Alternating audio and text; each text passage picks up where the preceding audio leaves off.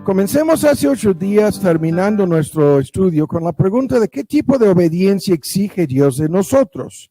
Esto es una pregunta gigantesca en la Biblia. ¿Qué tipo de obediencia? Y concluimos que la obediencia que Dios exige de nosotros es personal. ¿Qué es esto? Es la obediencia no perfecta, no sin defecto, no sin mancha, no sin debilidad alguna. Y sin embargo, en el punto en que sea posible, es obediencia motivada por amor a la persona de Cristo. Personalmente, ¿no? Hemos de hacer lo que hacemos en toda una lista de contextos, como vamos a ver en esta lista con las cuestiones materiales, ¿no? Con la cuestión de nuestra chamba y una lista de puntos.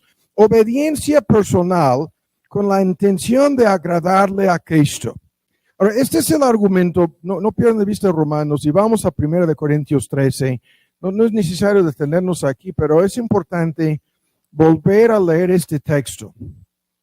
El texto dice en 13 de 1 Corintios, en el versículo 2, que si una persona tuviese el don de profetizar, que si esta persona fuera capaz de entender todos los misterios de la palabra de Dios incluso, ¿no? Y si esta persona, estamos leyendo en 13:2, si tuviese todo conocimiento y si tuviese la fe en su máxima dimensión, porque hay grados de fe, ¿no? Y si en su máxima dimensión la fe de esta persona fuera capaz de quitar de por medio de esto de traspasar los montes, es de quitar cualquier obstáculo, cualquier impedimento, ¿no? En cuanto a la voluntad de Dios. Si una persona tuviese este paquete increíble, sin amor, nada soy. La versión antigua, si no tengo caridad, nada soy.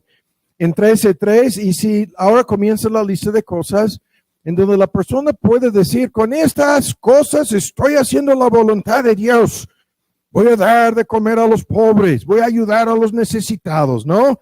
En un momento dado, si en la persecución y la oposición están quemando personas en la hoguera, me levanto, aquí estoy,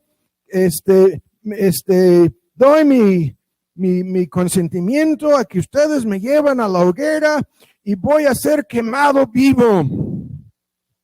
O sea, la persona puede hacer cosas que van de un extremo al otro, hasta dar todas sus posesiones, ayudar a los necesitados, hasta entregar su cuerpo, su vida como mártir.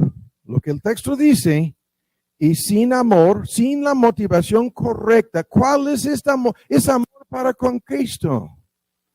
Es la obediencia personal a nuestro Señor. Lo deja tan claro, las obras más grandes, los sacrificios para nosotros que parecen ser inconcebibles, no tienen valor alguno a menos que son obras motivadas por este amor. Son, en términos de otro texto muy conocido en Hebreos, si no son motivadas correctamente, son obras de muerte.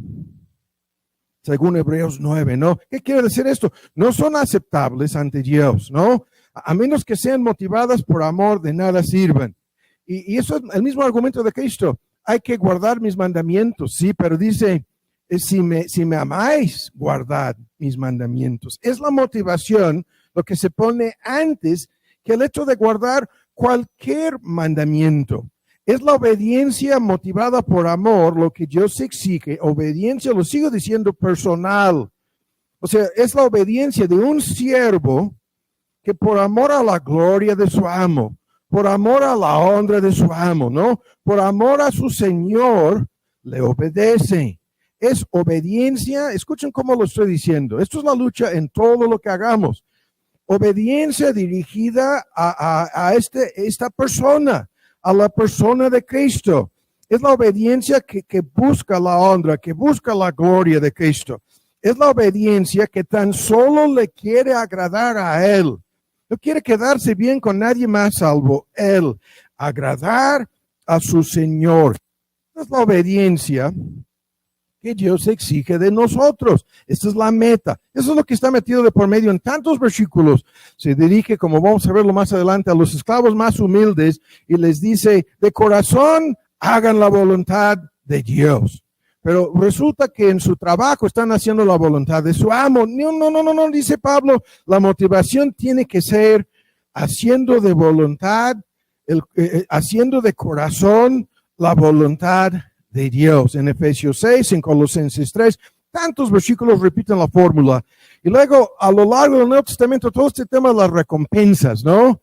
Dios no es injusto para olvidar que vuestro trabajo, vuestras obras, pero de inmediato dice, trabajo de amor, obras motivadas por amor. En Hebreos 6:10 el texto, lo que has mostrado, lo que has hecho por amor a su nombre. Este amor hacia su persona, hacia su nombre, como si Cristo estuviera personalmente a un lado de nosotros. Lo veremos más adelante.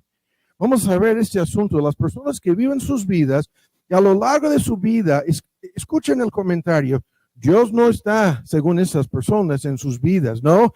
Y se enfrentan con fracasos sin Dios. Se enfrentan con dolor y sufrimientos. Y sin Dios en sus vidas, se enfrentan con toda una lista de enfermedades.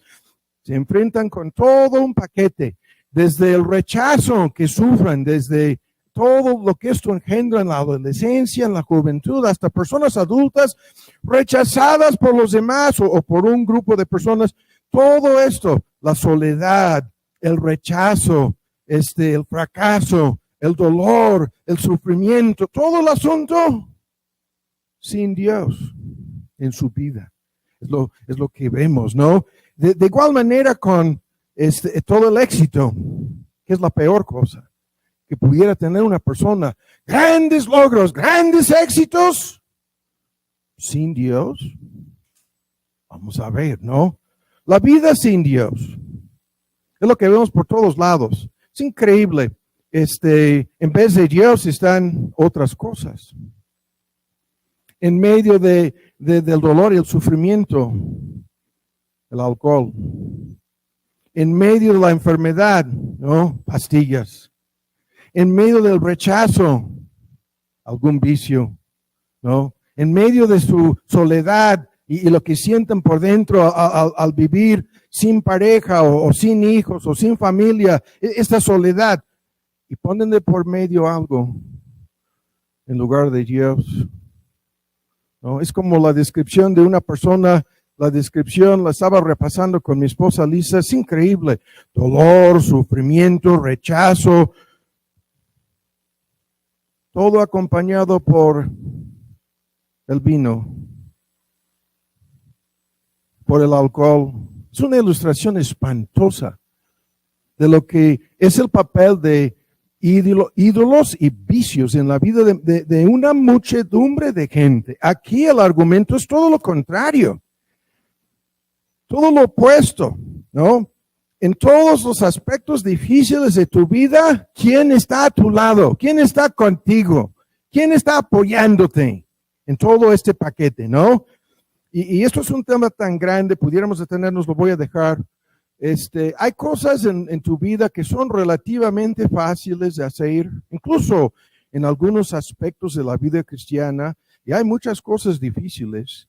Hay luchas, hay dificultades, hay obstáculos, hay cosas que nos cuestan en obedecer y hacer la voluntad de Dios. Se requiere un esfuerzo, y el factor principal en las cosas difíciles, en las cosas que no son fáciles, el factor principal es el por qué lo estamos haciendo y para quién lo estamos haciendo y cuáles son nuestros motivos. Y a lo largo de la Biblia, Dios está condenando constantemente a los fariseos, a los hipócritas, a los que hacen cosas en forma externa, de manera mecánica, superficial, y la lista, para ser vistos de los demás, alabados, tocando la trompeta, lo que sea.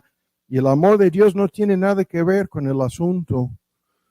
No está metido de por medio en nada, ni siquiera en sentido religioso. Nada de lo que hacen es verdaderamente motivado por amor a su Señor. Y Dios no acepta esta clase de obediencia.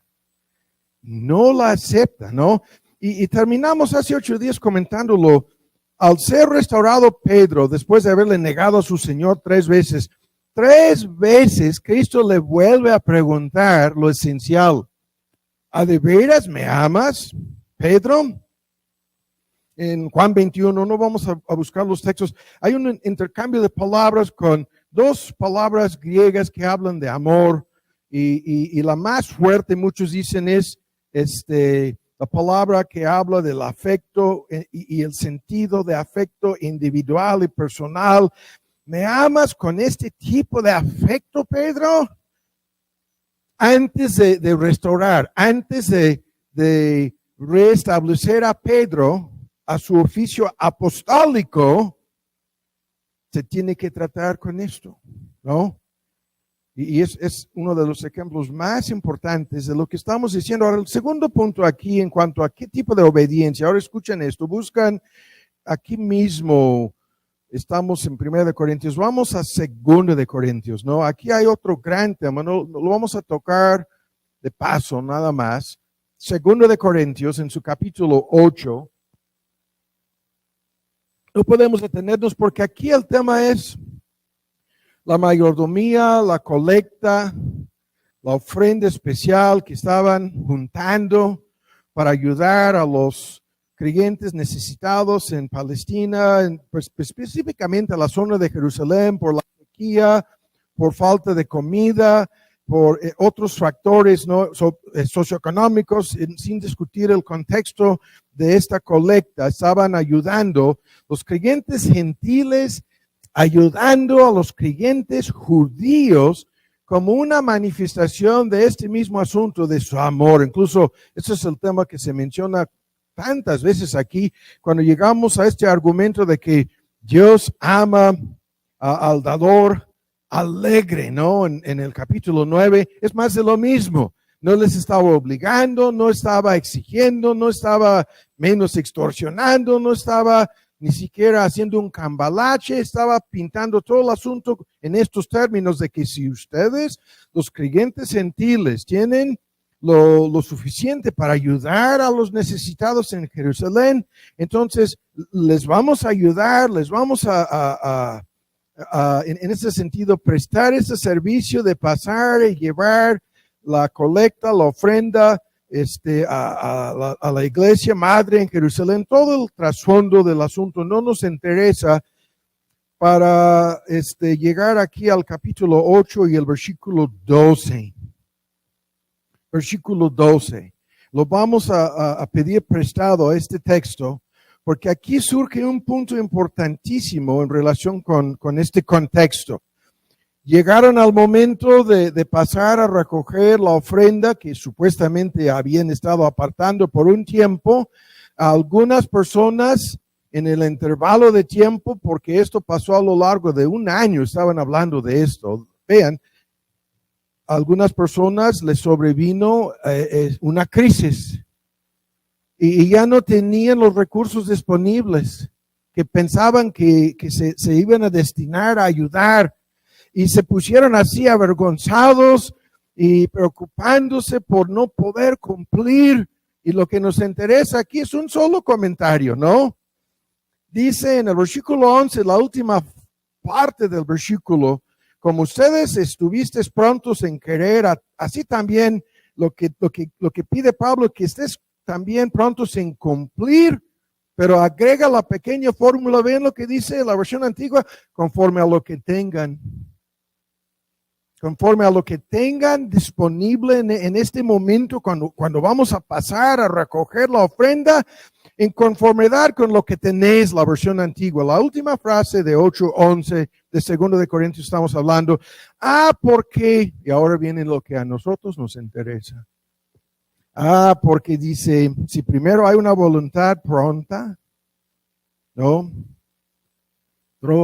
Mía, la palabra griega, una voluntad dispuesta. Si primero, en primer lugar, si hay una voluntad dispuesta, vean, esto se vincula con el versículo 5, en donde dice, Estos dieron más de lo que esperábamos algunos, pero no fue el dinero, sino el hecho de que se dieron primeramente al Señor. Es lo mismo, es la misma fórmula.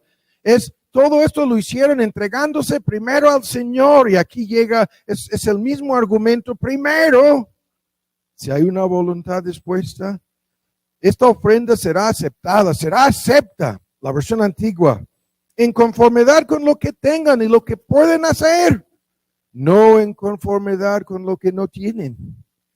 Y el argumento es tremendo aquí, tremendo. Pablo dice a los creyentes en Corinto, Dios aceptará lo que ustedes pueden dar a condición de que sea de buena voluntad, ¿no? Más adelante dice, yo no estoy exigiendo, yo no estoy ordenando, Dios ama al dador alegre. Esto viene más adelante en el argumento, y lo que se pone de por medio es la voluntad dispuesta. Este argumento es tremendo, es un mini sermón, ¿no?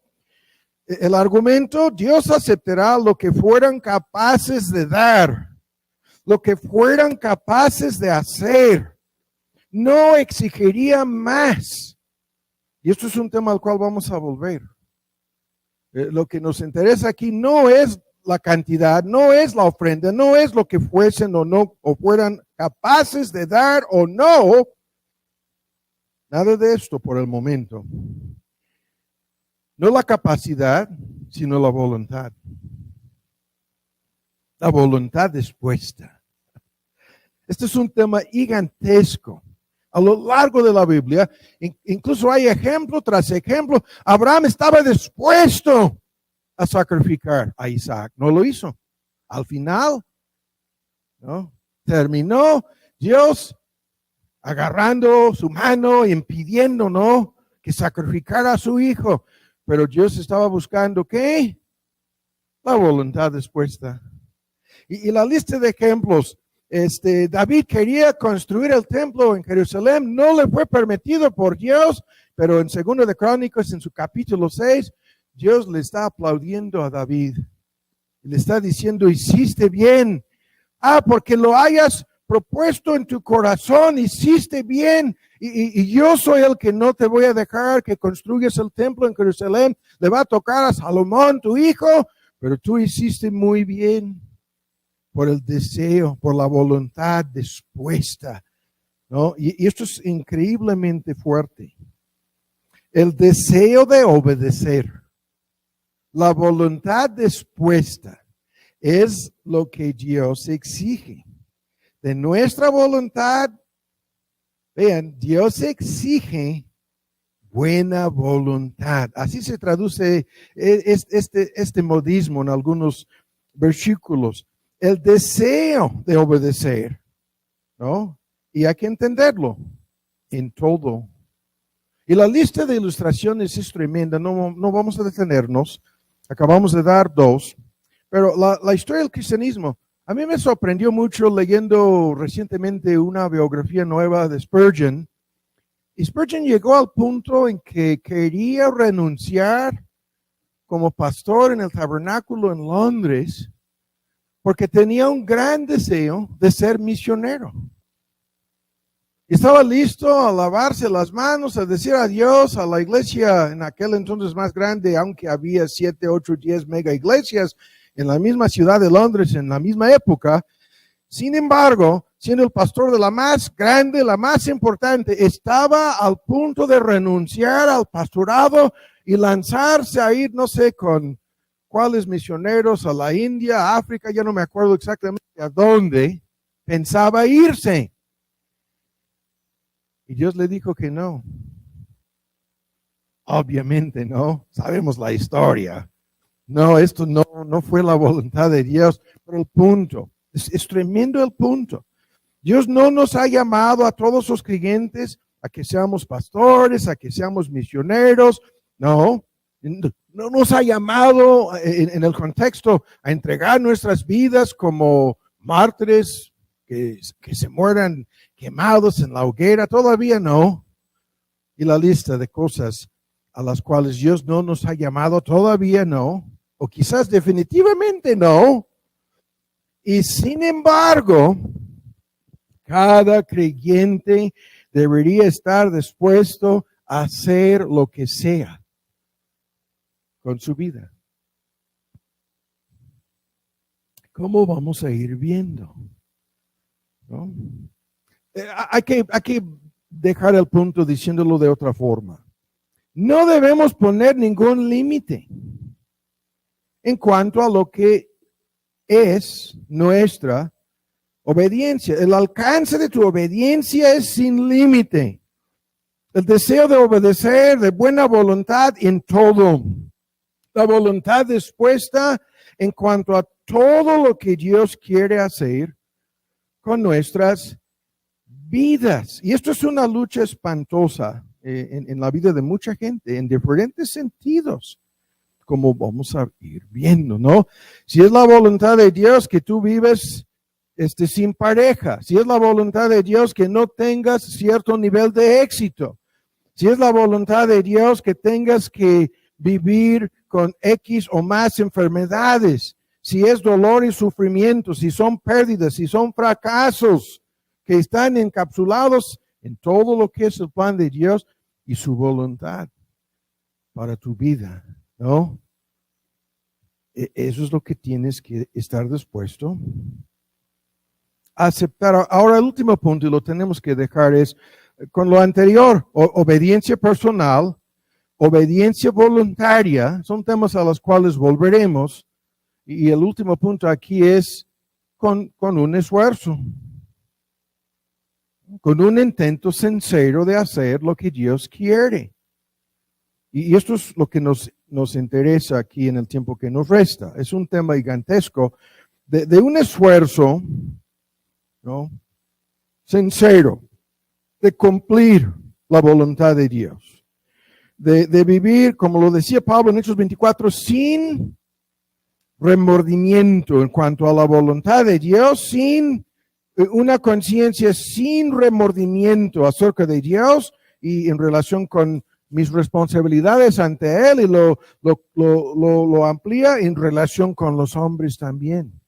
De mantener una conciencia libre de ofensa, libre de culpa, vean, libre de pecado en nuestra relación para con Dios, para con el prójimo. Es un tema gigantesco porque estoy citando de Hechos 24, el testimonio de Pablo acerca de su propia conciencia, en donde dice, yo me esfuerzo, yo procuro, yo estoy haciendo constantemente un esfuerzo para cumplir en todo un paquete, ¿no?, en relación con la voluntad de Dios para su vida.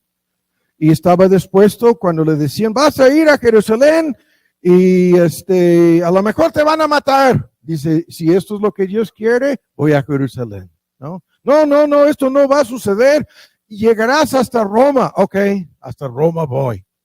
Ante el César, emperador, dictador del mundo de aquel entonces, tendrás que presentarte y dar un testimonio, y a lo mejor entonces sí, acabarán contigo, ¿no? Decapitando. Estoy dispuesto a ir hasta Roma, ¿no? Y el punto, lo hizo. Terminó haciéndolo. Ahora, hay un gran argumento aquí en que pudiéramos detenernos. Nos sirve el día de hoy tan solo de ilustración. Es una ilustración en que, lo mencioné hace algunos domingos, pudiéramos detenernos mucho tiempo, no lo vamos a hacer. Pero a mí me gusta esta ilustración y espero que sea entendible, ¿no?, en un momento. Todo lo anterior significa lo que Romanos 12 dice: aceptar la voluntad de Dios, la buena, agradable, perfecta voluntad de Dios en toda una lista de cosas. Obviamente, aceptar esta buena voluntad de Dios termina en una forma directa, ¿no? En una lucha. Representa un conflicto en algunas cosas. Representa luchas, ¿no? Y esto es lo que vamos a comenzar a discutir en el tiempo que nos resta a este punto. Escuchen bien. A este ejemplo de Simón, el sireno, ¿no? No vamos a ver el texto, lo voy a citar. Escuchen lo que dice. Le pusieron la cruz encima. Es lo que los católicos llaman la pasión de Cristo. Es la secuencia de eventos en donde nuestro Señor Jesús está agotado, está físicamente al punto de colapsarse. No llegan ángeles para que le fortalezcan el cuerpo como sucedió en el Getsemaní. No, sino algo más que misterioso sucede. A un hombre desconocido, de Libia, ¿no? África, una ciudad en Libia, ¿no? Simón. Se da por sentado lo más seguro de la raza negra. Interminables debates acerca de su identidad. Algunos textos dicen que venía del campo. Es un modismo para decir que iba de paso, ¿no? Los soldados romanos le agarran y le obligan a llevar la cruz. La cruz de nuestro Señor Jesús. Claro, ¿no? Una de las vigas, hay que entenderlo, no la cruz romana que vemos hoy en día, sino una viga, ¿no? Que formaría una parte de la cruz sobre la cual sería colgado nuestro Señor Jesús. Cristo está cargando esa cruz, ya no puede físicamente, y le agarran a este Simón. Y el texto dice, es tremendo el texto, increíbles sermones se han predicado. Escuchen lo que dice, le pusieron por encima, le pusieron la cruz. Y están pintando así la figura de que Cristo ya no puede, se está colapsando, agarran la viga, is that the right word, son? La viga, y se la colocan por encima de este que iba de paso. Y el texto dice, para que la llevara a la cruz, para que la llevara, o se la llevara detrás de Jesús. Y los sermones van todos los debates de aquí acerca del texto. ¿Qué quiere decir detrás de Jesús? En teoría, Cristo va adelante y Simón va para atrás. ¿No? Pero hay muchas cosas ahí, lo vamos a dejar. Es la misma cruz que Cristo estaba cargando. Se la va a pasar ahora a los hombros, a los brazos de Simón.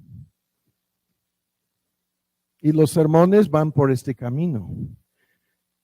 Si tan solo hubiera sabido Simón lo que pasaría ese día, ¿qué habría hecho? Si tan solo hubiera sabido lo que le harían al obligarlo a cargar esa cruz, se habría evitado toda una serie de problemas. En ese momento comenzaron graves problemas para este hombre. Sin discutir, el tiempo no nos permite. Comenzando con el escándalo público. Tan solo los más malvados crucificaban. O sea, morían crucificados, ¿no? Crucificaban los romanos así. Tan solo los más viles. Y esto, entonces, al agarrarlo y obligarlo a acompañar, ¿qué sabía él del Cristo? Hay interminables debates. Pero se involucró en el escándalo, en la vergüenza, en la humillación personal. Los demás, los que no vieron aquello, que le agarraron y le obligaron, a lo mejor pensaban, él también es otro de los que va rumbo, ¿no? A ser colgados sobre una cruz. Él también, ¿qué tipo de vergüenza? ¿Qué tipo de humillación? La agonía que ha de haber sentido por dentro. ¿Por qué? Porque en un instante llegó a ser identificado con aquel que decía ser el Cristo. Pero resultaba ser un farsante, un Cristo, un Mesías falso. Y de repente su vida, y hasta el día de hoy, ha sido identificado, Simón, con este Cristo. El tema es gigantesco. Y hay toda una serie de argumentos acerca de lo que pasaba dentro de él. Y toda una serie de argumentos acerca de si llegó a ser convertido después. Las evidencias indican que sí. Que como consecuencia de llegar al lugar de la crucifixión y presenciar toda una serie de cosas, ¿no? Desde la oscuridad hasta el terremoto, hasta las rocas que se partieron, hasta las 7 palabras. Lo más seguro es que permaneció, lo más seguro es que oyó todo lo que dijo que hizo. Y al final, la teoría es que fue convertido. Incluso hay más argumentos acerca de él y referencias, ¿no? A sus parientes en el libro de los Hechos. No vamos a discutirlo. El punto es este. Lo que hizo simbolizaba lo que hemos visto en esta miniserie. Si alguno quiere venir en pos de mí, hay que negarse a sí mismo y hay que tomar su cruz. Eso es lo que Simón hizo. Detrás de Cristo seguía, ¿no? Las pisadas del Maestro, ¿no? En pos de mí. Es un símbolo. Simbólicamente, Simón se convierte en un ejemplo gráfico de lo que hemos estado viendo en una parte de este tema. Negarse a sí mismo, Simón. Sí. Y en algún momento tiene que haberse dado cuenta de todo lo espiritual, de toda la salvación que Cristo estaba realizando. Y el argumento va por este camino. Escuchen, tiene que haberse dado cuenta de que la cruz que Cristo estaba cargando al principio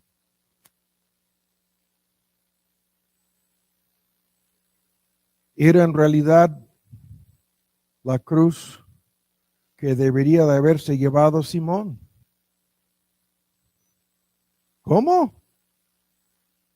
Ha de haber llegado el momento de decir, oh Señor, ¿acaso fue tu cruz en realidad mi cruz?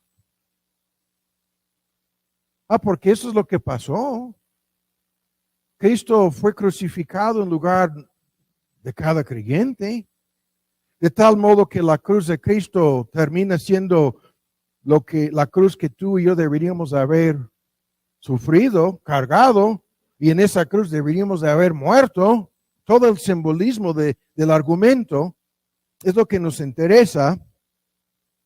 Oh Señor, ¿acaso la cruz que a mí me la pasaron era en realidad mi cruz? Pero tú llegaste al monte del Calvario y te crucificaron sobre esa madera que fue en realidad mi cruz. No sé si me explico. La cruz en la cual Simón debería de haber sufrido, no tan solo Simón, sino cada creyente. Pero escuchen, ahora de repente todo el asunto cambia. Porque luego, oh Señor, ¿acaso fue tu cruz en realidad mi cruz? Lo que pasaba por la mente de Simón. Y la cruz en la cual Simón debería haber muerto pasó a las manos de Cristo. Sí, pero por un tiempo Simón cargaba esa cruz. Y es un tremendo argumento, porque cada creyente tiene que tomar su cruz, negarse a sí mismo y tomar la cruz.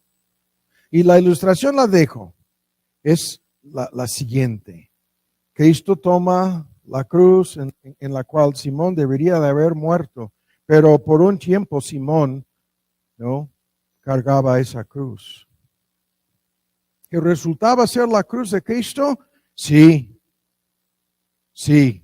Pero luego, escuchen, ¿cómo esto cambia? Por un tiempo, Simón cargaba una cruz, la cual Cristo se la pasó a él. Y aquí viene lo que vamos a discutir en el tiempo que nos resta, en este sentido de la voluntad de Dios, ¿no? No sé si me explico. Las cosas no son como parecen ser aquí. Porque el mismo Cristo dice, los que vienen en pos de mí tienen que negarse a sí mismos y tomar su cruz. ¿Qué es esto? Y ahora la cruz ya no es esta en la cual nuestro Señor se entregó. Ya no es esta la cual Simón cargó por un tiempo, sino es nuestra cruz. La cruz que a nosotros nos ha sido asignado, destinado, ¿no? Y nuestra reacción es la misma. Por seguir a Cristo me vienen estos problemas que son como un tipo de cruz. Por identificarme con el maestro, oposición y dificultades, sí. Sufrimientos y pérdidas, también. Pruebas, una tras otra, sí. Por haberme identificado con Él, ahora yo estoy obligado a tomar mi cruz. El tema es peligroso en el sentido de que no estamos hablando de salvarnos, no. Simón no se estaba salvando al ayudar a Cristo, no, al cargar por un tiempo su cruz, no va por ese camino el argumento, no.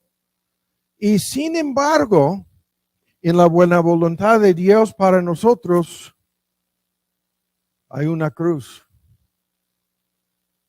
la cual muchos llegan a ser creyentes y se dicen, si yo hubiera sabido en qué tipo de problemas me iba a meter, es como Simón preguntándose, si yo hubiera sabido que me iban a agarrar y me iban a obligar a identificarme con Él, habría pasado por otro camino aquel día, ¿no?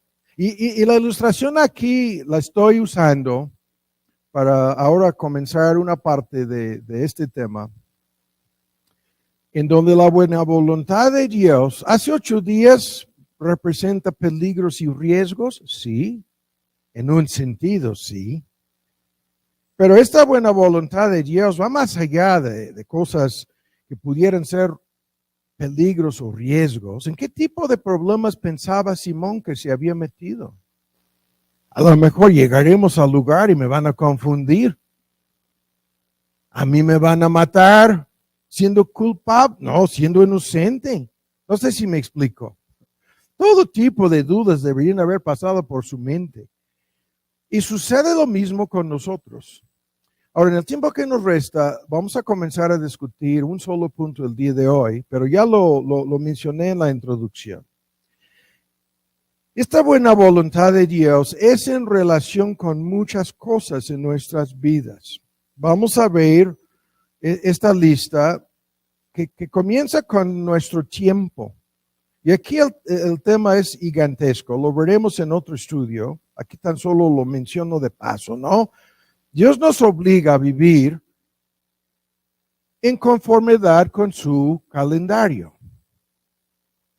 El tiempo, que representa para nosotros la duración de nuestras vidas, ¿no?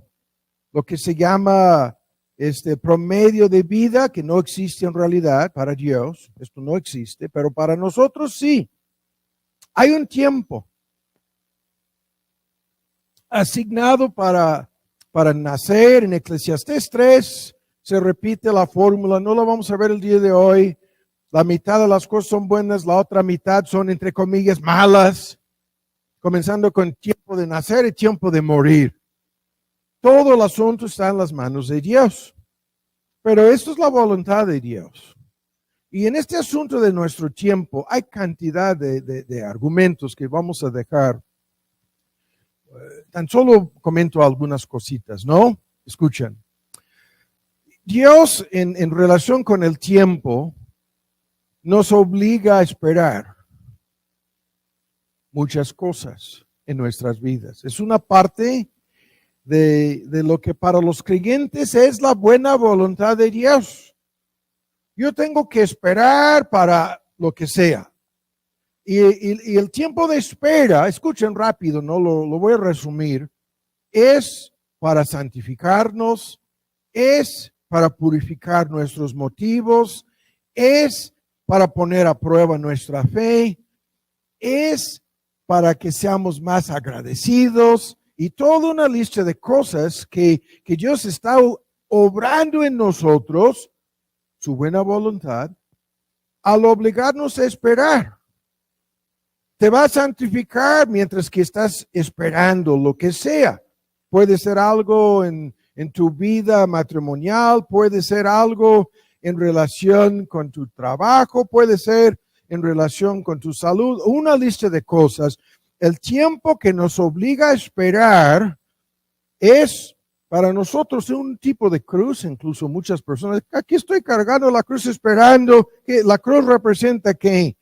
Algo involuntario, como lo que vemos con, a lo mejor pensaba Simón, ¿cuánta distancia hay aquí para llegar al lugar? ¿Cuánto?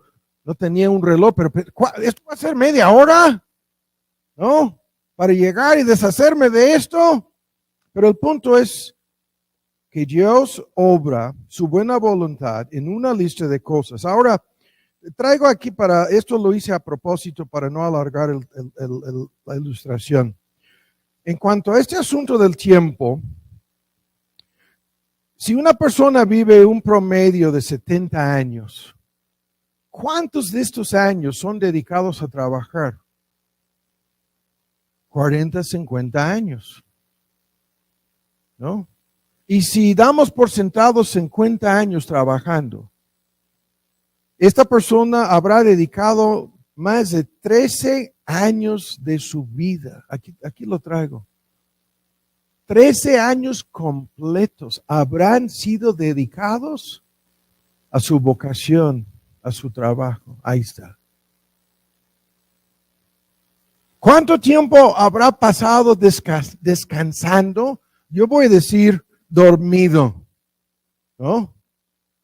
Así. Durmiéndose, ¿no? ¿Cuántos años? Llegando a los 70 años de edad, esto me asombró, me puse a investigarlo, no lo creía, no lo vamos a discutir el día de hoy. Hay varios sitios que traen estas cifras. Llegando a los 70 años de edad, tú habrás pasado 33 años dormido. Me dio un shock. 33 años acostado y dormido. ¿En serio? Y luego en este estudio dicen que se agregan 7 años más con la gente tratando de dormirse. ¿No? Tan solo de paso estoy. Ahora, ¿cuánto tiempo piensas, llegando a los 70 años de edad, habrás pasado frente a voy a decir, una pantalla, un aparatito, desde tu celular hasta la televisión? ¿Cuántos años calculas tú? Aquí dicen más de 11. Más de 11 años parado frente a algún, no voy a decir tipo de diversión, ¿no? Incluso dicen en las redes sociales 3 años de tu vida. Es increíble ver esto. ¿Qué? Es una ilustración, nada más, de algo muy importante aquí que vamos a ver próximamente. ¿Cuánto tiempo alimentándose, sentado, comiendo? ¿Cuánto piensas? ¿Cuántos años de una vida de 70 años 4 años y 6 meses.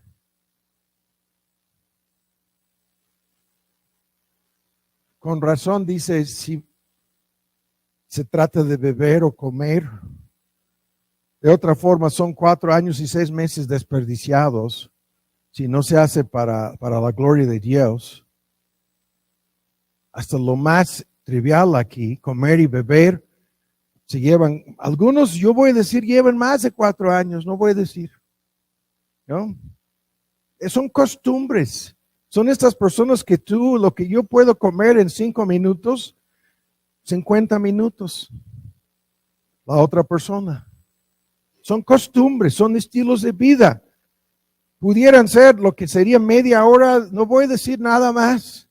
Ahí están sentados 3 horas en la mesa. Ya están esperando a ver quién no haya terminado. Ya van 3 horas y alguien ahí va terminando, ¿no? Era un sándwich, nada más.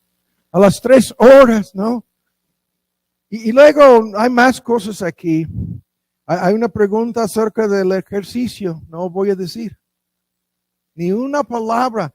Y otra pregunta acerca de el tiempo de vacaciones. ¿Cuántos años de vacaciones? Bien, no voy a decir. ¿Por qué? Porque en una ilustración tan sencilla y tan profunda como esta, hay muchas cosas. Muchísimas cosas en tu vida. Comenzando con lo anterior, el tiempo de espera. Yo estaba buscando cuánto, y lo tienen calculado, cuánto tiempo atrapado en el tráfico. Depende de la ciudad. Sí. Depende de la ruta. Sí. ¿Y cuánto tiempo esperando en cualquier sentido, en alguna oficina de gobierno? Algún trámite, algún estudio, comenzando con estudios médicos, los resultados, lo hemos vivido con la pandemia. Esto de la gente al principio, una semana después, el resultado de negativo o positivo al COVID. ¿Cómo una semana después? Y la gente esperando. ¿No? Pero aquí estamos introduciendo lo que vamos a dejar pendiente el día de hoy. Y desde tu tiempo hasta tus posesiones, que es un tema gigantesco, ¿está a favor Dios de que tú y yo tengamos posesiones? ¿Qué es lo que dice Dios? ¿Cuál es la voluntad de Dios en cuanto a tus posesiones materiales? ¿Cuán fuerte es este tema cuando llegamos a temas como la desigualdad, la inequidad y el hecho de que vivimos en un mundo lleno de competencias?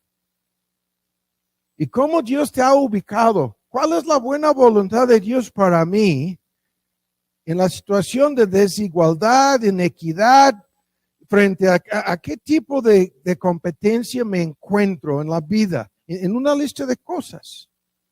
Normalmente pensamos en cuestiones socioeconómicas, pero el asunto es más complicado. Mucho más complicado, como vamos a ver. Sin hablar de cosas como sufrimiento, dolor, pérdidas, enfermedad, oposición, persecución. El punto sigue siendo que la voluntad de Dios nos obliga a enfrentarnos con un paquete. La cruz de Simón es el símbolo que estamos ilustrando, usando ilustrativamente, ¿no? En una lista de cosas estamos metidos, todos nosotros, y el punto aquí de entrada, y a lo mejor no vamos a avanzar mucho el día de hoy, estoy ya más que frustrado, pero escuchen bien este argumento. No se logra nada sin un compromiso de por medio en el asunto. La voluntad de Dios, escuchen, va por muchos caminos en tu vida. Dios exige obediencia voluntaria motivada por amor. Dios exige una voluntad dispuesta. Y Dios exige, ahora escuchen el argumento, un compromiso. Esto ya lo vimos con la confesión del señorío de Cristo, la entrega a Cristo como Señor, nuestra postura real como esclavos del curios, ¿no? Doulos, los esclavos más humildes. Ahora, aquí encontramos el elemento crucial en donde es la voluntad de Dios que hagamos compromisos en esta vida. Es una parte de la miniserie que vimos al principio sobre nuestra identidad, en donde vivimos en un mundo en donde nadie quiere comprometerse en ningún sentido. Es increíble, ¿no? Como vamos a ver. Y peor aún, traigo aquí otra ilustración, son muchas el día de hoy, en donde esto es un escrito del año 2019 de un Núñez, no voy a decir más, lo pueden buscar en internet, lo escribió en su página de Twitter cuando se despidió de las redes. Esta parte de su discurso nos interesa aquí como una ilustración de cuán importante es comprometernos. Este hombre dice, no son mis palabras, dice, el mexicano se ha formado por generaciones en una cultura aspiracional, los aspiracionistas, ¿no? Los que quisieran ser. La palabra en inglés, wannabes. El éxito o la aspiración, ¿no?, de salir adelante que tienen muchos mexicanos, esta aspiración está fundada en un pensamiento mágico. Está fundada esta aspiración en eventos fortuitos o la suerte. Estas aspiraciones están fundadas en sacarse la lotería o recibir una herencia o encontrar el tesoro o robar sin ser descubierto o que algún superior se lo dé. ¿Qué es esto? Algunos de ustedes se acuerdan de esta ilustración, la vimos hace años, un par de años. El argumento de este escritor es, el mexicano espera lograr algo, es la aspiración que tiene con su vida, pero piensa lograrlo a través de algo mágico, fortuito, la así llamada suerte, sacando la lotería, ganando, no ganando, a menos que sea la lotería, ganando la lotería, recibiendo una herencia, o robando. Y luego dice, son muy pocos los mexicanos que buscan su éxito en desarrollar la capacidad individual, en construir, en producir, en descubrir, en inventar, en crecer, en utilizar el conocimiento para hacer una diferencia. No dice, hay muy pocos de estos. ¿No? Y luego termina, ven cómo lo está diciendo, en construir, en producir, en hacer algo. No. Ese es lo anterior. Y luego termina diciendo la aspiración de éxito de muchos mexicanos está motivada en alcanzar o detener al otro, porque se mueven por la envidia, no por la superación, sino por la envidia. Desean el éxito del otro sin asumir el esfuerzo propio. Y termina diciendo adiós a la cultura mexicana, diciendo, muchos mexicanos no están preparados para el éxito. ¿Qué es esto? Es una ilustración, no son mis palabras. Podríamos detenernos mucho con el argumento. El argumento es lo que estamos diciendo en otro sentido. El argumento es, hay que comprometerse. Si piensas hacer algo con tu vida, hay un compromiso que va de por medio en todos sus asuntos. Y aquí El compromiso que a nosotros nos interesa es de hacer la voluntad de Dios con nuestras vidas. Así el asunto, ¿no? Terminó la introducción. Una hora de introducción. Nuestra meta es saber la voluntad de Dios, entender la voluntad de Dios, discernir la guianza divina y luego, escuchan, de buena voluntad, motivados por amor a nuestro Señor, comprometernos. Pero ven cómo lo estoy diciendo. Hay un pleito en todo esto. Sí, ¿cuál es el pleito? Hay que aceptar la voluntad de Dios como agradable y perfecta. Y nada logra nada en esta vida sin compromisos. La palabra compromisos quiere decir responsabilidades. Responsabilidades están metidas de por medio en todos sus compromisos de la vida. Lo que nosotros vemos en contraste con lo anterior es que nadie logra nada sin compromiso, sin comprometerse. Esto lo vemos en los deportes, se sobreentiende esto. Esto lo entendemos en el mundo académico.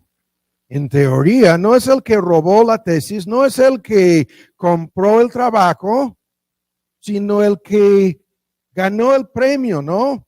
En el mundo académico, en el mundo artístico, se sobreentiende lo que estamos diciendo. En todas las disciplinas de la vida, nadie logra nada, menos en sentido socioeconómico. En cualquier vocación, sin un compromiso de por medio, ¿se logra algo?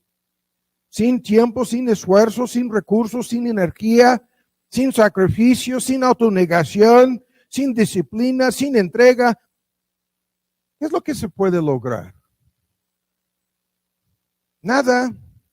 Esto nosotros en algún sentido lo entendemos al ver a los atletas profesionales, a los músicos, a los médicos. Hagan su lista de profesiones, disciplinas, vocaciones. Todo exige un compromiso para que se haga. Aquí no, la ilustración es lo que se tenga que hacer, ¿no? Si esto es así en el mundo, ¿cuánto más en el cristianismo? Porque en el cristianismo todas estas cosas, ¿no? Nuestros compromisos en la vida fluyen de nuestra identidad, fluyen de lo que entendemos como la verdad de Dios. La palabra de Dios nos obliga a comprometernos con el señorío de Cristo. Esto es el Evangelio. Este compromiso es el principal, es el primordial, es el compromiso que encabeza todo lo demás. El compromiso con el señorío de Cristo es, como hemos estado viéndolo en esta miniserie, quisiéramos ser la persona que Dios quiere que seamos, que fuimos predestinados a ser. Y todas las personas están en algún sentido, aún fuera del contexto del cristianismo, están luchando con lo anterior. ¿Qué quiere decir eso? Todas las personas entienden que hay una brecha, una brecha entre la persona que quisieran ser y la persona que son. Entre la persona que sueñan, ¿no? Que les gustaría llegar a ser y la realidad de lo que son. Y en esta brecha están todos los inconversos, ¿no? Pero los creyentes estamos comprometidos a ser la persona que Dios quiere que seamos. Esto es nuestro compromiso. Y en este sentido, este compromiso es primordial, ¿no? Es increíblemente fuerte el argumento. Ahora, termino este punto con lo siguiente. Los que no son creyentes, vean el argumento aquí, no quieren nada con este compromiso. Sus vidas están fuera de todo lo que hemos estado diciendo el día de hoy. Con Dios, ningún compromiso. Porque no quieren ser responsables. Si fueran a ser responsables, tendrían que arrepentirse, tendrían que doblegarse, tendrían que entregarse a Cristo, pero esto no lo van a hacer. No quieren ser responsables, ¿no? Y la tragedia de sus vidas es, vivan toda su vida comprometiéndose con cosas ajenas, ¿no? Cosas que no tengan nada que ver con Dios, engañándose a sí mismos, creyendo que así se van a librar de su responsabilidad ante Dios. ¿Se van a librar? ¿Cuál es el punto? Es lo anterior. En lo que Núñez decía, el mexicano quiere lograr cosas con su vida de manera mágica, por la suerte, o si esto no sirve en el peor de los casos, simplemente robando, ¿no? Lo ajeno, o quitándoselo de los que tienen, ¿no? Así, motivado por envidia, por celos, por victimización, por lo que fuera, pero comprometerse, hacer algo productivo con su vida. A la mayoría de los mexicanos, yo digo a la mayoría de los seres humanos en todo el mundo, no les interesa para nada eso. Para nada. Ahora, en el tiempo que nos resta, que es muy poco para terminar el día de hoy, buscan en Romanos, en su capítulo 11. Estábamos aquí en el capítulo 12. Y en el tiempo que nos resta, estamos contra el reloj el día de hoy. Tengo que salir corriendo para ir a otro culto. Y lo que vamos a hacer para concluir el día de hoy es lo siguiente. Vamos a resumir el argumento fijándonos en la cuestión de nuestra chamba, lo que hacemos con nuestro trabajo. Acabamos de ver que a mí me sorprendió tanto que las cifras dicen tan solo 13 años de tu vida trabajando. Se me hace muy poco. ¿Cómo tan solo 13 años, no? Pero ustedes pueden hacer sus cálculos. Si son 40 años chambeando, ¿no? Y si es un 30% del tiempo trabajando, ¿no? De ahí sacan la cifra, ¿no? Chambeando. Pero la mayoría de las personas piensan, todo mi tiempo, porque yo no estoy yendo a la oficina 7, 8, 9 o 10 horas, no, diariamente, no. Yo estoy trabajando en casa, ¿no? Yo estoy chambeando en el hogar y entendemos que esto es muy variable, pero es algo importantísimo y vamos a discutir una parte de esto para concluir el día de hoy. Escuchen ahora. Este asunto de tu trabajo, ¿es la voluntad de Dios que trabajes en algo? Sí. Es increíble el número de personas que se la pasan no trabajando en nada, desde juniors hasta, ustedes pueden hacer su lista, ¿no? De personas que piensan que no es la voluntad de Dios para mí que yo trabaje en algo. Es increíble esto, ¿no? Pongamos a un lado estas personas y ahora para los que trabajan en algo, lo que sabemos es que se les hace que es la mayor parte de su vida, que se les va trabajando. En contraste con las cifras que dicen que no, dicen que sí, se me hace que sí. Y luego, la mayor parte de su frustración, la mayor parte del descontento, la mayor parte del enojo, el coraje de manera directa o indirecta, incluso todo este asunto de inequidad y de discriminación y de desigualdad, como vamos a ver próximamente, está metido de por medio en el asunto. Y todos quisieran tener una chamba fácil, que no incluya lo anterior, sino bien fácil, bien pagado y en donde se dedica el menor, o sea, el mínimo tiempo, el menor tiempo posible. Es lo que quiero dedicar a mi chamba. Quiero que sea bien pagado, el menos tiempo posible y lo más fácil, ¿no? Que pueda ser. Todos quisiéramos tener ese tipo de trabajo. Si les interesa ese tipo de trabajo, hablan conmigo después del culto, ¿no? Hablen conmigo. Les tengo una oferta, no voy a decir. Pero todos quisiéramos algo así, ¿no? Y se nos hace que el tiempo trabajando, y para muchas personas, hombres y mujeres, la mayor parte de sus problemas en la vida, si pongamos a un lado cuestiones matrimoniales, padres e hijos, todo lo demás es este asunto de mi trabajo. ¿No?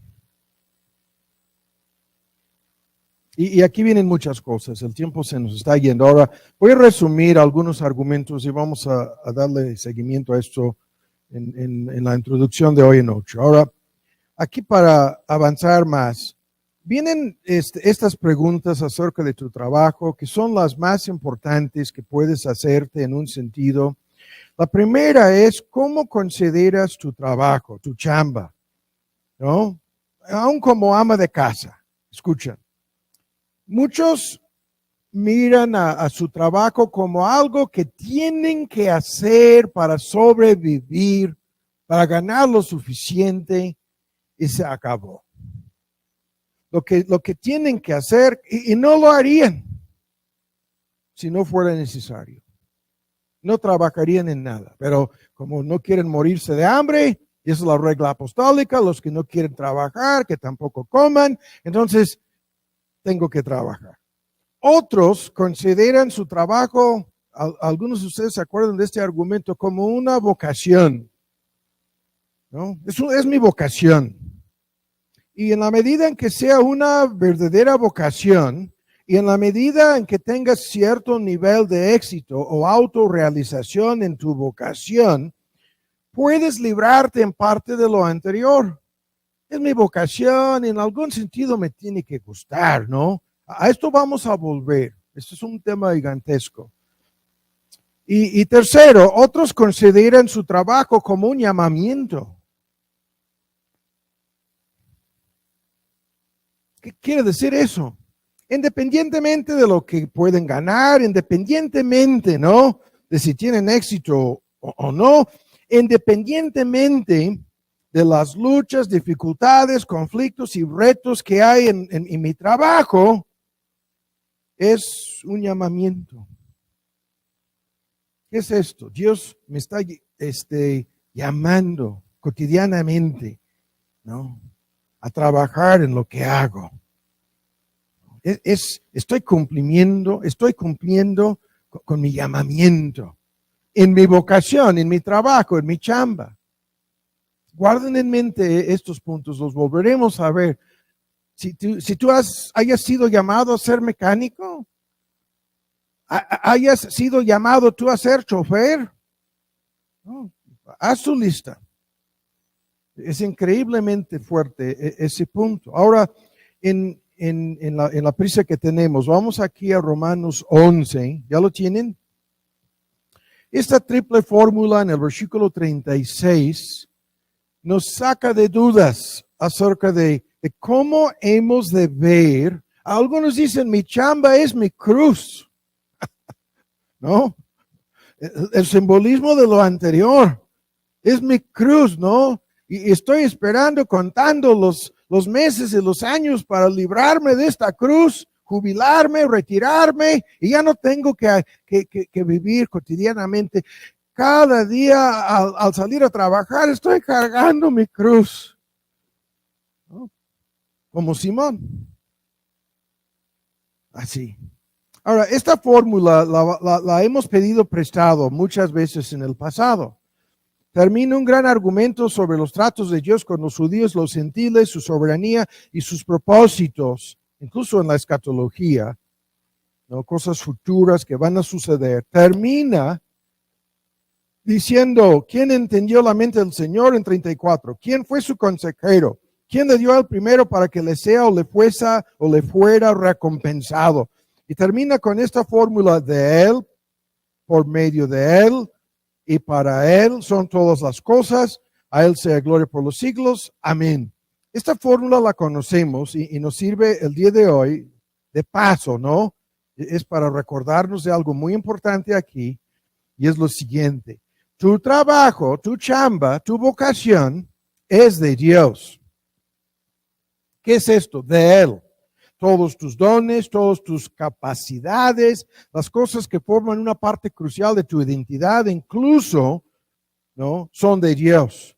Todo el paquete, tu educación, tu aprendizaje, tu capacitación, todo procede, el origen, la fuente, la causa, ontología de Él, ¿no?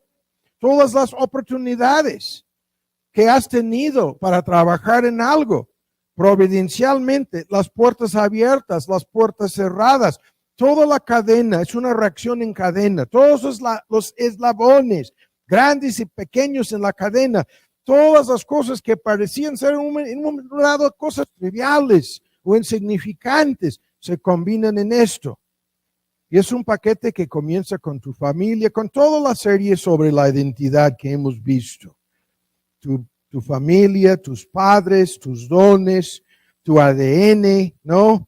Todo el asunto fue predestinado por Dios. Y esto es así con la persona más insignificante, la persona más desconocida, la persona más invisible, la persona más anónima, ¿no? Si tú eres la persona menos importante en tu hogar, menos importante en la familia, la persona más anónima en la oficina, nada cambia el asunto aquí. Todo procede de Él, rápido, no podemos detenernos, y todo se lleva a cabo por medio de Él. Este es un punto crucial aquí. Aquí de inmediato lo que Dios está obrando por dentro, lo que vimos hace 8 días, el querer y el hacer por dentro, lo tenemos que hacer ocupándonos en su buena voluntad para nuestras vidas por medio de Él. Es el gran tema. Incluso con lo anterior, lo que vimos sobre los riesgos y los peligros en cualquier sentido, todo se lleva a cabo por medio de Él. ¿Hay alguien que no necesita la ayuda de Dios como chofer? Ayúdame. ¿Hay algún mecánico que frente a un dilema sobre cómo arreglar la falla en este coche, ya le hemos dado 3 cambios de piezas y todavía no funciona? El escáner no dice, no sabemos qué hacer, ¿no? ¿Hay alguien que no necesita la ayuda de Dios? ¿Hay alguna persona que no tenga dificultades, obstáculos? ¿No? ¿Hay alguien que no haya experimentado grandes decepciones, frustraciones y fracasos en su trabajo? ¿Hay alguna persona? El mecánico se lo tiene que entregar al dueño. Aquí está tu carro, aquí están las llaves. Todavía no funciona, ¿no? Y te voy a devolver todo el dinero que me pagaste, ¿no? Hay en cualquier trabajo, cuanto más cuando se trata de cirujanos, médicos, pilotos, arquitectos, administradores, ¿no? Hay una tremenda lista. Y entre más responsabilidad que haya, se requiere más compromiso, más en el sentido incondicional. Estoy comprometido. Y entre más responsabilidad y más compromisos, estamos expuestos, ¿no? Nos volvemos vulnerables en cualquier sentido. El tema aquí es espantoso, porque entre más autoridad, más responsabilidad, más vulnerabilidad, y esto es algo que nadie puede evitar en la vida. Es por eso que hay personas que quieren estar de arriba hasta que se den cuenta de que están expuestos, son vulnerables, son responsables, luego prefieren bajar. Mejor me voy a bajar a un nivel en donde ya no estoy expuesto, ¿no? Por lo que sucede con ningún riesgo en la fábrica, en la oficina, en el taller, en el negocio, ¿no? En la chambita. El ejemplo, ¿quién no necesita la ayuda de Dios? Y el texto dice, por medio de Él, ¿no? Por medio de su ayuda, por medio de su gracia, por medio de su espíritu en un contexto cristiano, por medio de su beneplácito. Voy a llevar a cabo la voluntad de Dios. Y el argumento de Pablo, yo hice más, no, yo no lo hice más que aquellos, los demás apóstoles, sino la gracia de Dios que fue conmigo. Y este tema va por muchos lados. Y el último punto aquí es el más importante y es el punto con el cual empezamos el día de hoy para Él, ¿no? Para Él. Esto es obediencia personal, para agradar a Dios en el contexto cristiano, para cumplir su voluntad. Estoy cumpliendo con la voluntad de Él y lo estoy haciendo para su gloria, lo estoy haciendo para su honra, lo estoy haciendo para agradarle, lo estoy haciendo para que yo sea útil en algún sentido en el reino de Dios, ¿no? Y así, este argumento es más de lo mismo, es el mismo asunto. Ahora vamos a terminar con el texto, hay que leerlo ahora, 1 Corintios 7. Con este texto con el cual al principio del sermón yo les pedía, ¿no?, que buscaran ese texto, 1 Corintios 7. Y en este texto vamos a concluir el día de hoy. Comenzábamos hablando de personas que viven sus vidas sin Dios. Y con este punto hay que terminar el día de hoy. 1 Corintios 7, ¿ya lo tienen? Hay un gran argumento aquí en relación con nuestro tema. En el versículo 17, cada uno como el Señor le repartió, le asignó, es una palabra técnica, como si fuéramos reclutados y asignados un oficio en la vida. Como Dios le repartió y como Dios llamó, ahí está la pregunta que hacíamos. ¿Consideras lo que tú haces como ama de casa como una vocación? ¿Como una chamba? ¿O como un llamamiento? Con todo lo demás, ¿no? Es un llamamiento.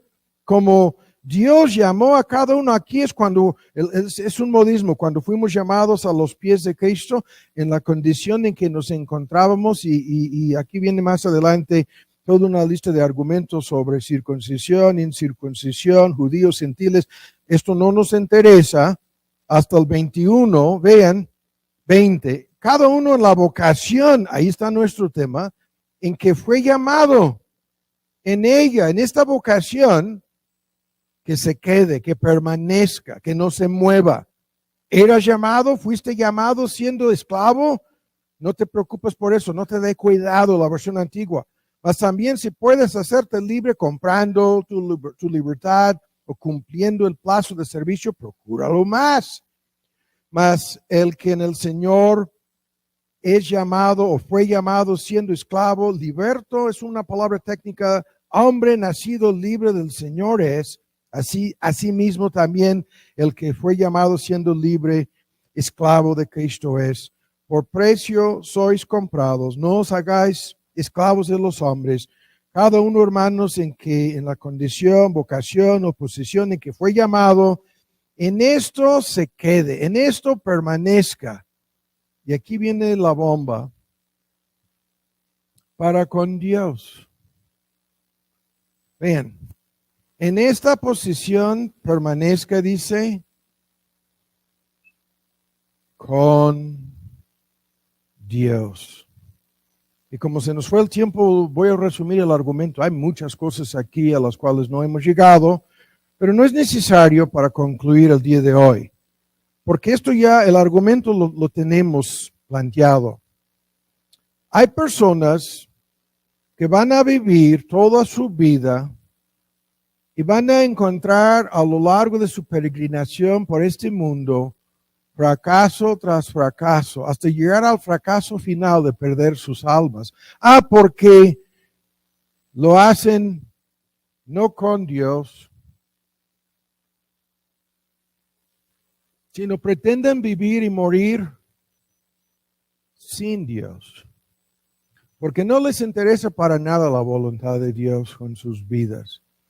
Piensan que son dueños de sí mismas, que pueden vivir y, claro, morir sin Dios. Estas son todas las personas no arrepentidas que conocemos. Es increíble ver, ¿no? Cuanto más en tiempos de pandemia, cómo estas personas viven sin Dios. Enfrentan el dolor y el sufrimiento de la vida sin Dios. En lugar de Dios está algún vicio.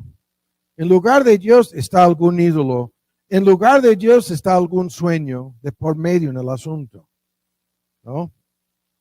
Y hacen todo lo que hacen con la bebida en la mano.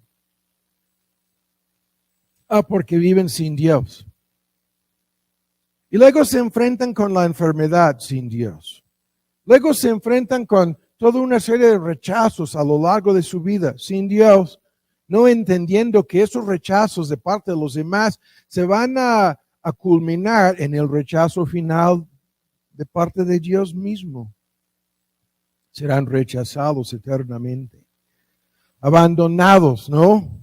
Desamparados y morirán sin Dios. Esas personas en diferentes etapas de su vida se encuentran con la soledad, lo que mencioné al principio, sin Dios. Es lo mismo. Soledad sin Dios. Cruces de todo tipo. Así, incluso muchos de estos dicen, esto es mi cruz, sin entender ni saber nada de esto. Pero van cargando una cruz sin Dios. Es la vida sin Dios. Y lo sigo diciendo, lo peor de esto son aquellos que logran cierto nivel de éxito. Cierto nivel de éxito sin Dios. Son los peores en la lista. Son los peores. Y el argumento aquí es contundente. Cada creyente ha sido llamado dentro de un contexto. En este contexto se van a llevar a cabo todos los propósitos y la voluntad de Dios. La voluntad de Dios en el argumento aquí, para los esclavos más humildes, dice Pablo, hay libertad para servir a Dios. Para el esclavo más bajo, hay libertad para hacer la voluntad de Dios, de corazón, sirviendo al amo. En términos humanos, estaban haciendo la voluntad de Dios. Y en el argumento no hay ningún criterio humano sobre éxito y fracaso. No hay ningún criterio humano, ¿no?, que puede ser usado para medir lo que realmente estaba pasando en la vida de estos esclavos, salvo lo que dice Pablo al final. Y véanlo para concluir. En el 24, cada uno, hermanos, en lo que fue llamado, en la condición en que fue convertido a Cristo, que se quede, que se permanezca, y otra vez, con Dios. ¿No? Y aquí se fusionan todos los puntos en el sermón del día de hoy. ¿Por qué? Porque en la medida en que un creyente, aquí con esta ilustración y nada más, hace la voluntad de Dios en su vocación, en su chamba, en el entorno en que se encuentra, está cumpliendo la voluntad de Dios. Ese es el argumento. Y increíblemente, Dios está a su lado. Dios está con esta persona. Y todo lo que vendrá, la misma lista de cosas, enfermedad, dolor, sufrimiento, soledad, cierto nivel de éxito, una lista de cosas en Eclesiastés 3, la mitad son buenas, la mitad son, entre comillas, muy malas. Y sin embargo, esta persona, si es creyente, si se ha comprometido a hacer la voluntad de Dios, si quiere, ¿no? De buena voluntad, hacer con su vida lo que Dios quiere que haga con su vida, esta persona cuenta el 100%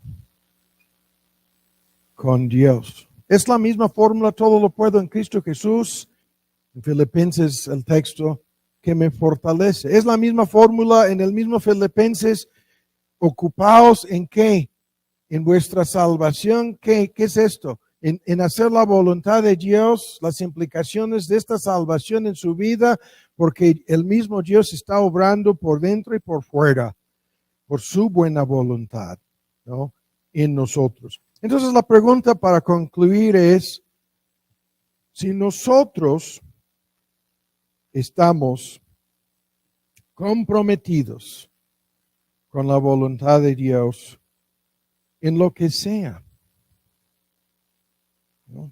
En lo que sea. Es fácil decirlo en forma genérica sin definir la palabra sea. Es fácil decir, yo estoy comprometido, hermano. Es como lo que vemos en la boca de Pedro. Hasta la cárcel, dice. No, si fuera necesario morir, estoy dispuesto a ir hasta la muerte. Iré contigo. Eso es lo que pensaba. Es lo que decía Pedro. Y a la mera hora sabemos qué pasó, ¿no? Sabemos lo que hizo Pedro, ¿no?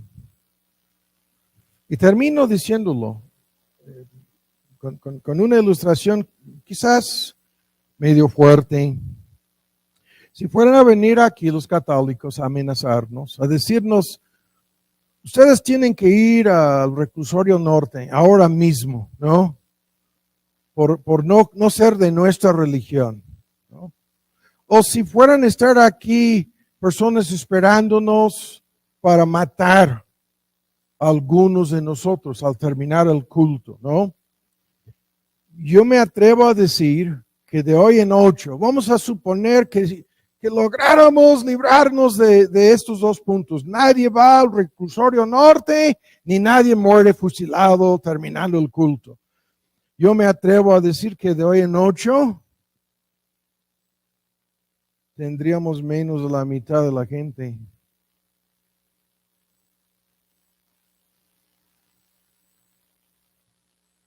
Y si la cosa se fuera a poner más difícil, el tiempo se nos fue aquí, aún menos gente, ¿no? Por lo que estoy ilustrando aquí, todos los discípulos de Cristo decían, en teoría, lo que decía Pedro. ¿Cuántos de ellos se quedaron ahí a la hora final? En teoría, tan solo Juan, y de lejos, a cierta distancia, guardando cierta distancia, ¿no? Seguía al Señor. Los demás se fueron, huyeron, ¿no? Y aquí terminemos. Padre, te damos muchas gracias por tu palabra, por lo que nos has permitido avanzar el día de hoy en algunas implicaciones de tu voluntad. Te pedimos que lo que hemos escuchado sea de estímulo, de edificación, de instrucción, para que hagamos un examen honesto de nuestras vidas, de aspectos de nuestras vidas. Y la pregunta de si por tu gracia aceptamos lo que has hecho con nosotros, lo que estás haciendo en nuestra chamba, nuestras responsabilidades, en nuestros compromisos.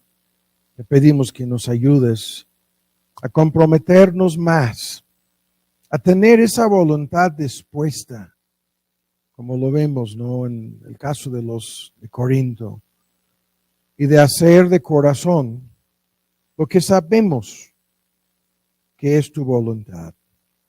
Por eso te pedimos por cada creyente presente, por los que no te conocen, te pedimos para que puedan encontrarse aún en este tema y entender qué tan lejos están de hacer tu voluntad. Están en rebeldía en contra de aquel que es el Señor de todos. Y te pedimos para que puedan arrepentirse de esto, dar la espalda a sus pecados y entregarse a Cristo, aceptando de buena voluntad la salvación, el perdón de sus pecados, la vida eterna y comenzar a vivir para aquel que murió y se entregó en la cruz del Calvario. Por eso te pedimos en su nombre. Amén.